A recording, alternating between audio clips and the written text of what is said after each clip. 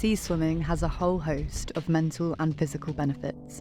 From its cold water exposure to feeling more in touch with the natural world, it's no wonder that Gillen Bay's beach is full of bathers, even in the depths of winter.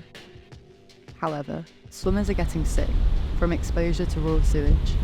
Water companies like South West Water are allowed to release untreated sewage into the ocean when the system becomes overwhelmed, whether that be due to heavy rainfall, blockages, or unexpected equipment failures. This was estimated to happen 300,000 times in 2023.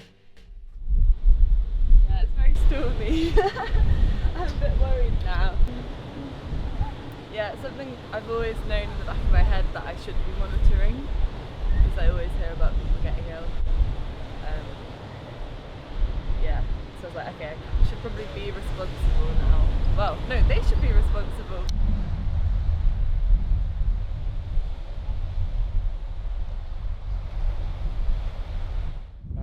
But there have been situations where people have got sick and one guy, one of our lifeguards especially, he had a very, very serious ear infection, and we can only put it down to something in the sea that caused, and he almost died. And we had another lady who got quite a few ear infections, and just people getting sick. So who knows what you're swimming in?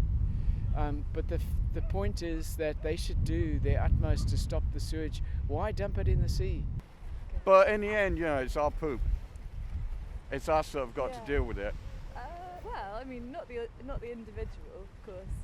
Well, it's just every individual all added up.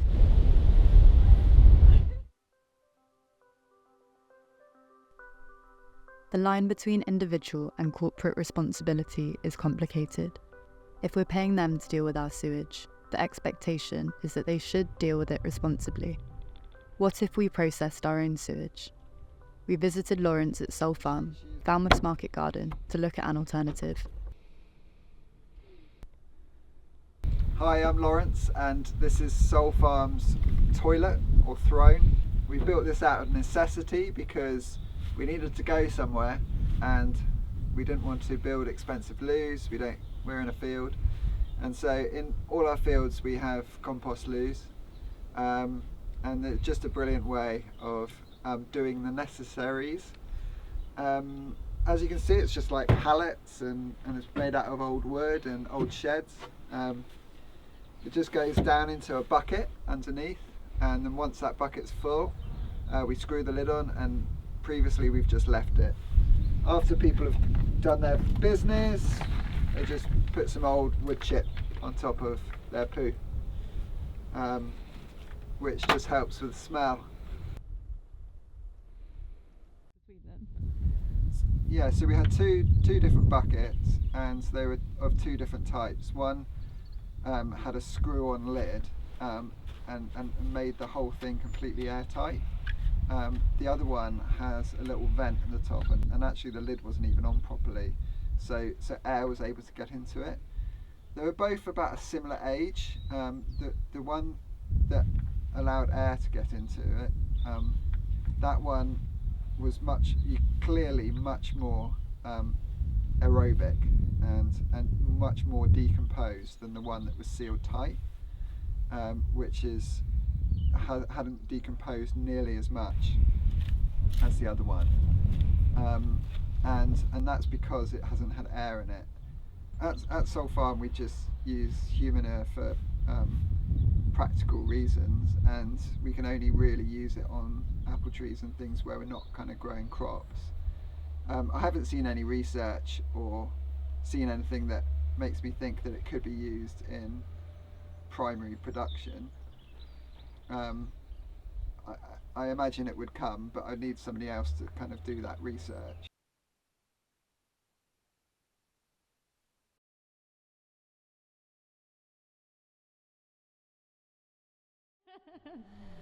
And the fuss people make about dog poo, and they completely ignore their own, is very weird to me.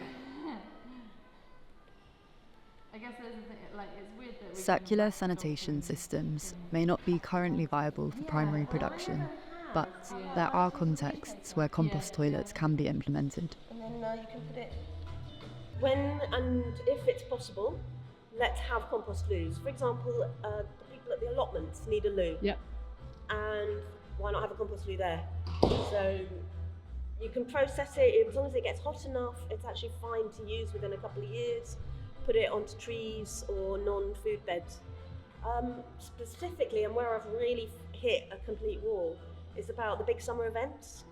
Yeah. Because Falmouth is marketed as an events town, attracts people in from all over the country, all over the world on boats. And then they bring in these horrible plastic toilets with all this blue stuff that you have to dispose of in particular places and ship it around the place, or it just goes into the general sewage system, whereas you could be using, say... This is the purpose of 99p Films' social cinema events.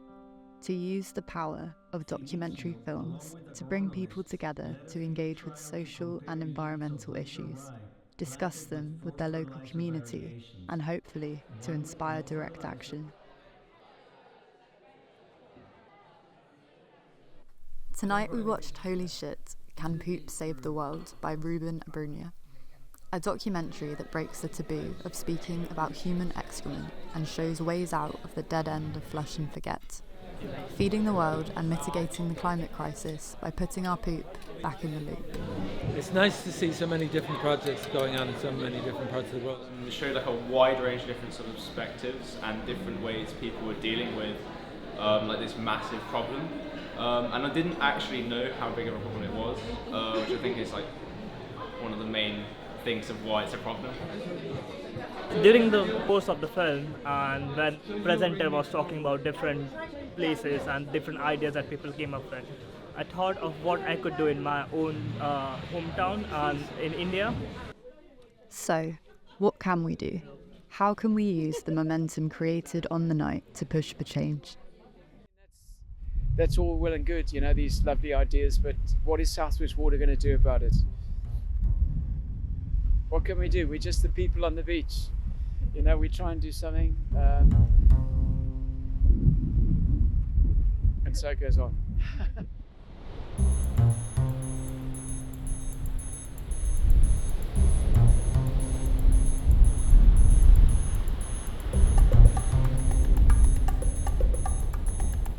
And until there's more people coming and saying, getting up and giving a little talk, at the main council, full council meeting, you can, by pre-arrangement, make a speech up to 3 minutes, something to say. You've got to say it.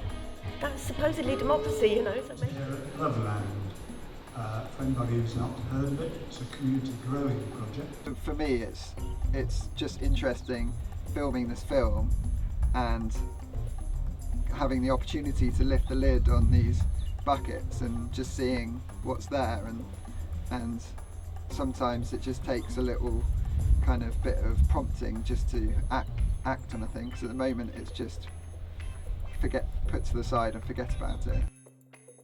So talk about food, it's a good subject.